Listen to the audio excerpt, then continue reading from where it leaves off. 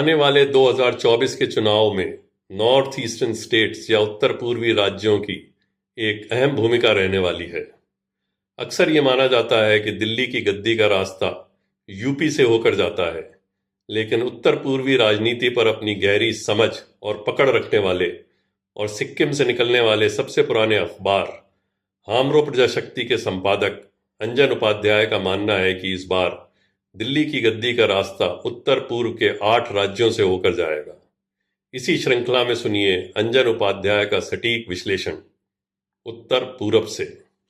नमस्कार दर्शक बिंद, न्यूज बिन में आपको स्वागत करते हुए मैं अंजन उपाध्याय पूर्वोत्तर से आपको फिर से एक नया विषय पे आपके साथ परिचर्चा करेंगे। पूर्वोत्तर मतलब सारा पूर्वोत्तर जो है वो नॉर्थ ईस्ट से लेकर बिहार, उड़ीसा और बंगाल भी इसमें आता है। और इसीलिए हम लोग फिर ये चर्चा जब करते हैं उत्तर पूर्वांचल से थोड़ा आगे जाके पूर्वोत्तर के बेसिस पे हम चर्चा कर रहे हैं। जब तो बंगाल इसका एक अहम राज्य है। बंगाल में ये जो है 42 लोकसभा का जो आसन है वो 2024 के लिए बहुत एक इम्पोर्टेंट ये है।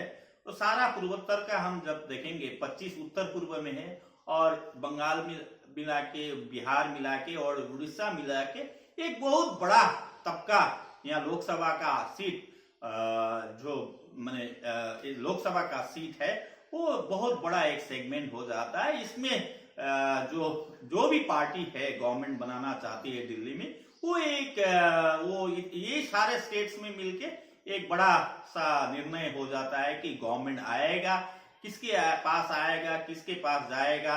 ये सारा राज्य मिलके और यहाँ के लोग, यहाँ के जो पार्टीज है किसको सपोर्ट करेगी उसी में से दिल्ली में निर्भर करता है कि किसका गवर्नमेंट आए। और बंगाल का बात जहां तक है वहां पे 42 लोकसभा कॉन्स्टिट्यूएंसी है। ये बहुत ही बड़ा एक फैक्टर है नया दिल्ली के लिए। और अभी जो है अभी 19 आसन बीजेपी के पास है और बाकी जो है वो तृणमूल कांग्रेस के पास है। उसीलिए यहाँ पे एक जरूरी है, इस बार जो असेंबली इलेक्शन हुआ था, असेंबली इलेक्शन में वहां का टोटल सीट है 292 सीट्स। 292 सीट्स में से 213 सीट तृणमूल कांग्रेस को मिला था और बीजेपी को 77 सीट मिला था। कांग्रेस और लेफ्ट पार्टीज को यहाँ पे कुछ भी सीट नहीं मिला था। बाकी दो अन्य के खाते में चला गया था।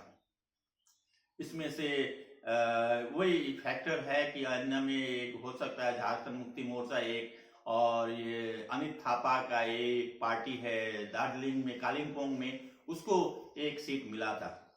तो आरएसएस जो था, आरएसएस एंटी कम्युनिस्ट मूवमेंट के लिए माना जाता है। एंटी कम्युनिस्ट मूवमेंट में सबसे बड़ा रोल आरएसएस का था और आरएसएस ने ममता बनर्जी को इस लाइन के लिए पूर्ण रूप से सपोर्ट किया। सारा देश भर से आरएसएस का जो सपोर्ट था उसको ममता बनर्जी को लेफ्ट को हटाने के लिए वहां पे बड़ा रोल प्ले किया था आरएसएस ने। उसीलिए ममता आज भी बोलती है आरएसएस में कुछ लोग अच्छे लोग हैं। इसका तात्पर्य यही है, ममता को सत्ता में लेने के लिए आरएसएस और माओइस्ट, जैसे माओइस्ट में किशन जी के नेतृत्व में था वो माओइस्ट जो फोर्ट था, उसने बड़ा मदद किया था। उसीलिए आज भी ममता बनर्जी आरएसएस को नहीं भूल पाती है। ये एक बड़ा रीजन है। और उसके बाद क्या हुआ सिनेरियो, जब ममता बनर्जी ने सत्ता में आके लेफ्ट को लोगों को पिटाई शुरू कर दी, लेफ्ट के लोगों के साथ जो लड़ाई शुरू कर दी, उसके बाद लेफ्ट के लोग, बहुत सारा लोग घर से भाग गए और बस्ती बस्ती उन लोग का परिवर्तन हो गया। तृणमूल में सत्ता के पास परिवर्तन हो गया और वो जो ममता के साथ नहीं आ सकते थे जबरदस्ती, वो जो लेफ्ट सपोर्टर थे वो बीजेपी में शिफ्ट हो गए। हो सकता है कि बीजेपी उनको कुछ मदद करेगा और बीजेपी में जाके उन लोग का प्रोटेक्शन होगा। यही एक लाइन से उन लोग बीजेपी में शामिल हुए। लेफ्ट बहुत सारे नीचे के लेवल के लेफ्ट सपोर्टर्स जो गांव बस्ती में रहते, उन लोग अपना प्रोटेक्शन, अपना सिक्योरिटी के लिए बीजेपी में शामिल हुए। कोई आइडियोलॉजिकल वो भी नहीं, क्योंकि सिर्फ एक प्रोटेक्शन, सुरक्षा चाहिए, ये देखते हुए उन लोग बीजेपी में शामिल हुए। लेकिन लास्ट ईयर का जो असेंबली इलेक्शन था, बीजेपी ने फुल फ्लेज ममता के खिलाफ जो एक माहौल बनाना था उसने बना के ममता वो खुद गवर्नमेंट बनाएगी बोल के क्लेम करके सारा भारत सरकार का मशीनरी ममता को हराने लगा था। तो लोगों ने सोचा था कि ममता बनर्जी हार जाएगी और बीजेपी को एक इमर्जेंट फोर्स बोल के 77 सीट्स उन लोगों ने जीता है। लेकिन ममता बनर्जी ने 2/3 मेजोरिटी के साथ जीतने के बाद फिर वहां का राजनीतिक माहौल चेंज होना शुरू हुआ और वो जब चेंज होता है तो राजनीतिक माहौल तो फिर नया एक समीकरण वहां पे डेवलप करता है। और जब बीजेपी वहां पे गवर्नमेंट नहीं बना पाया इस बार तो फिर जो म्यूनिसिपैलिटी इलेक्शन हुआ, म्यूनिसिपैलिटी इलेक्शन में देखा गया कि बीजेपी 3rd पोजीशन में चला गया, क्योंकि लोगों का जो भरोसा था एक ममता के टॉर्चर से बचने के लिए, जो ममता का कैडर से बचने के लिए जो लोग बीजेपी के ऊपर एक्सपेक्टेशन कर रहे थे वो तो लेफ्ट के ही जैसे हुआ। उन लोग का कोई सुरक्षा नहीं है, वो लोग भी ममता के पार्टी में नहीं जा सकते। तो इसीलिए क्या हुआ कि ममता 2nd पोजीशन में इस बार जो म्यूनिसिपैलिटी है उसमें ममता बनर्जी के टक्कर में लेफ्ट के कैंडिडेट आगे आए और बहुत सा जगह से उन लोग ने सीट जीता और बीजेपी 3rd पोजीशन में आया।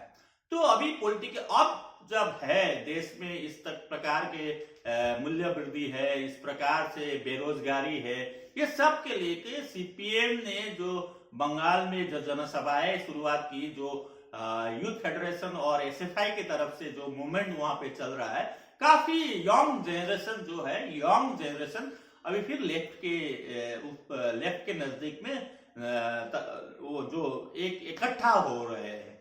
तो उसीलिए ममता को हो सकता है ये लगा हो कि फिर हो सकता है 2nd पोजीशन में लेफ्ट फ्रंट आए। तो उसीलिए ममता बनर्जी ने आरएसएस के ऊपर ये अच्छा जो एक स्टेटमेंट दिया था वो उसी के लिए दिया है बोल के वहां जो विश्लेषक है, जो राजनीतिक टिप्पणीकार है, विश्लेषक है, ये कहते हैं कि ममता फिर आरएसएस के साथ अपील करके वो लेफ्ट को फिर 3rd पोजीशन में वो पहुंचाना चाहती है। यही ममता का एक स्ट्रेटेजी है। और लेफ्ट भी अभी लेफ्ट आगे नहीं आएगा जब तक नया लीडरशिप अगर लेफ्ट एमआर नहीं करेगा। जो एज हुए, बुढ़े हुए हैं, उन लोग को ठीक है उसमें रख के उन लोग को जो यंग लीडरशिप है, यंग लीडरशिप के अंदर अगर लेफ्ट फ्रंट अगले असेंबली इलेक्शन में अगर टोटली एक यंग लीडरशिप के ऊपर अगर लेफ्ट नेतृत्व देती है तो हो सकता है कि वहां पे कुछ सिनेरियो में बंगाल में चेंज हो, नहीं से फिर भी ममता बनर्जी का वहां बोलबाला चलेगा। यही नहीं है और यही राजनीति आज बंगाल में और कितना साल चलेगा वो अभी हम बोल नहीं सकते हैं, क्योंकि बंगाल में एक 35 साल का एक पार्टी ने इतिहास रचा है गवर्नमेंट में आके। तो उसी तरह अगर लेफ्ट भी अपना नया यंग लीडरशिप को आगे करती है तो ममता के साथ हो सकता है एक अच्छा टक्कर इस बार लोकसभा में भी हो और एक अच्छा टक्कर आगामी विधानसभा में भी हो। हमने बंगाल के बारे में आप लोग के साथ जो विश्लेषण था वो किया और आइंदा भी हम लोग सारा उत्तर पूर्व और पूर्वांचल से हम लोग आपके साथ विश्लेषण लेके आएंगे। और मेरा ये कहना है कि ये आप लोग के लिए एक नया जगह है, नया एरिया है। उत्तर पूर्वांचल एक नया जगह है। लोगों को इतना भी उत्तर पूर्वांचल के राजनीति के बारे में मालूम नहीं है, इसीलिए हम दर्शक से ये कहते हैं आप लोग इसको खूब शेयर कीजिए और एक नया जगह पे इस उत्तर पूर्वांचल को आप लोग भी देश के मेन स्ट्रीम में ले जाएंगे। यही आशा करते हुए मैं आपसे विदा लेता हूं। धन्यवाद।